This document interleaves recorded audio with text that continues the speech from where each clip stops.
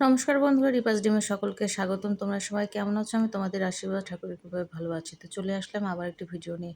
তো ভিডিওর শুরুটা যতটা ভালো ছিল কিন্তু শেষটা ততটা ভালো হবে না, কারণ উম ভিডিওর শুরুতে বেশ সুন্দর সবকিছু পরিপাটি সুন্দর মতোই চলতেছিল, কিন্তু লাস্টের দিকে ঝামেলা হয়েছে, সেটা তোমাদের ভিডিও দেখলেই তোমরা বুঝতে পারবা। যাই হোক, এখন চলে আসলাম ভাত মাখানোর জন্য। আজকে আমার খুব খেতে ইচ্ছা করতেছিল ভাত মাখা খেতে।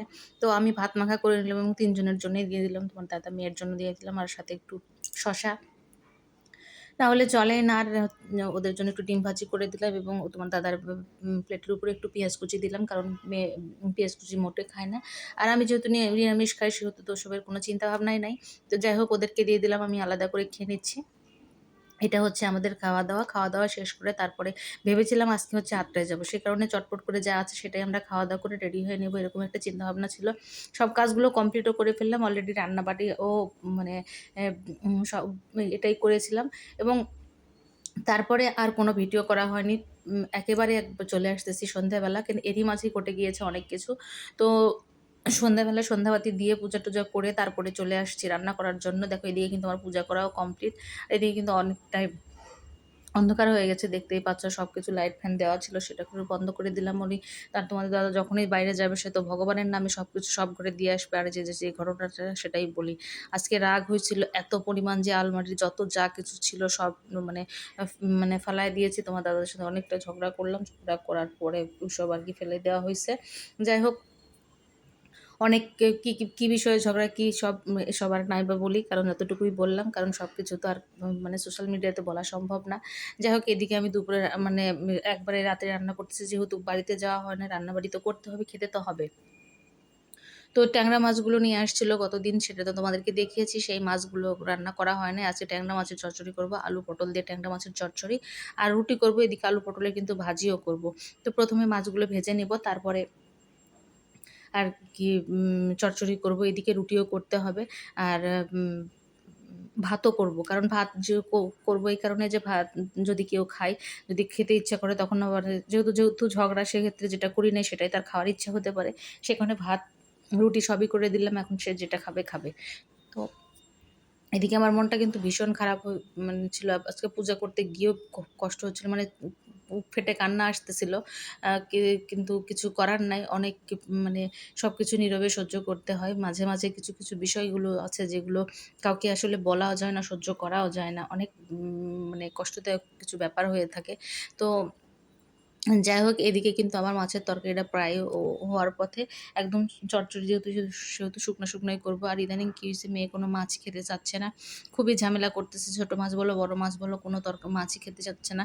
শুধুমাত্র একটু ডিম খায়, আর নিরামিষ সেটাও যদি ঠিক মতো খাইতো তাও হয়তো, যে না সেটাও ঠিক মতো খাচ্ছে না। মানে সব মিলে একটা এলোমেলো অবস্থা, আমার খুবই বিরক্ত লাগে।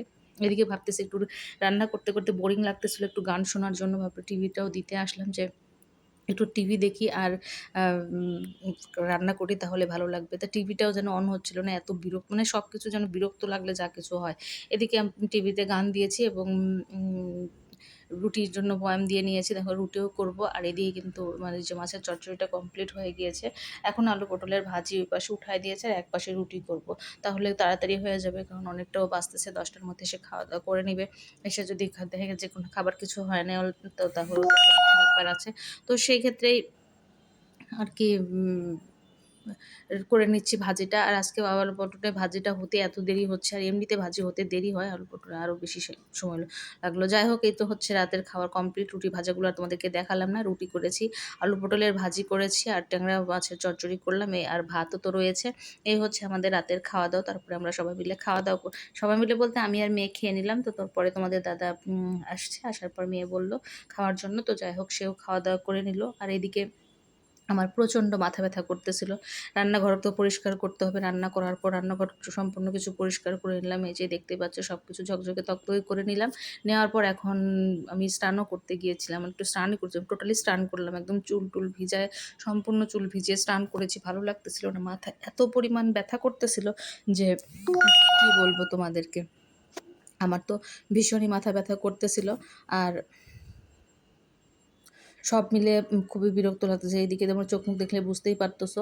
আমি আবার গেলাম এদিকে ওষুধটাও খাওয়া হয় না, প্রেশারের ওষুধটা খেতে হবে, না খেলে আবার শরীরটা খারাপ করবে, তো শরীর খারাপ করে তো লাভ নাই, খেতে তো হবে। তো আর এই ওষুধটা আমার খাওয়ার কথা একদমই মনে থাকে না, মুখ মানে মাথা ব্যথায় মুখ চোখ একদম ভেঙে পড়ে যাচ্ছে, এরকম একটা অবস্থা, মাথা ছিঁড়ে চলে যাচ্ছে।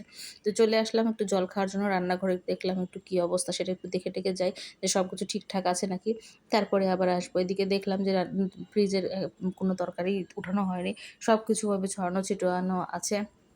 তো দেখো এরপরে এক কাজ যেন বারবার করে করতেছি। এদিকে আবার ওষুধ নিতে আসছে, ওষুধ মানে এগুলো আজকে কোনো কিছু গোছানো হয়নি। এখানে আমার যে ওষুধ আছে সেগুলো সব এলোমেলো আছে, সেগুলো ঠিকঠাক করে নিয়ে দরজা-টরজা লাগিয়ে কমপ্লিট করলাম। আজকে কোনো কিছুই সে করে নাই। তো আমি সব করলাম। এই যে দেখো আমার প্রেশারের ওষুধটা নিয়ে নিচ্ছি, নিয়ে এখন এটা ওষুধটা খেতে হবে। প্রতিদিন একটা রোজকার রুটিন হয়েছে এই ওষুধটা খাওয়া। এত বিরক্ত লাগে। মাঝে, মাঝে আমি ভুলে যাই এটা খাওয়ার কথা, কিন্তু নিজের শরীরের দিকটাও তো চিন্তা করতে হবে। তো যাই হোক, গ্লাসটা ধুয়েই মাত্র রেখে গেলাম। আবার তো মনে হলো যে আবার ওষুধটা খেতে হবে। সে কারণে আবার একটু যে জল ঢেলে নিলাম, নিয়ে একটু ওষুধটা খেয়ে নিলাম।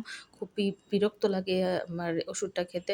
তো এই তো ছিল বন্ধুরা, মানে আজকের ভিডিওটা ভালো লাগলে অবশ্যই লাইক কমেন্ট করে দিও। আর কোথাও কোনো ভুলভ্রান্তি হলে অবশ্যই ক্ষমা সুন্দর দৃষ্টিতে দেখবা। আমি মানে কি বলবো, সব মিলিয়ে একদম ঘেঁটে যাচ্ছে। তো উম আর বেশি মানে কথাও বলতে পারতেছি না। এদিকে দেখো একদমই কিন্তু তরকারি-টরকারিগুলো ফ্রিজে রাখা নাই। সেগুলো আবার ফ্রিজে রাখতে হবে, রেখে তারপরে ঘুমায় পড়বো। তো ঠিক আছে, সবাই সুস্থ থেকো, ভালো থেকো। পরবর্তী ভিডিও দেখার আমন্ত্রণ জানিয়ে ভিডিওটা এখানেই শেষ করছি।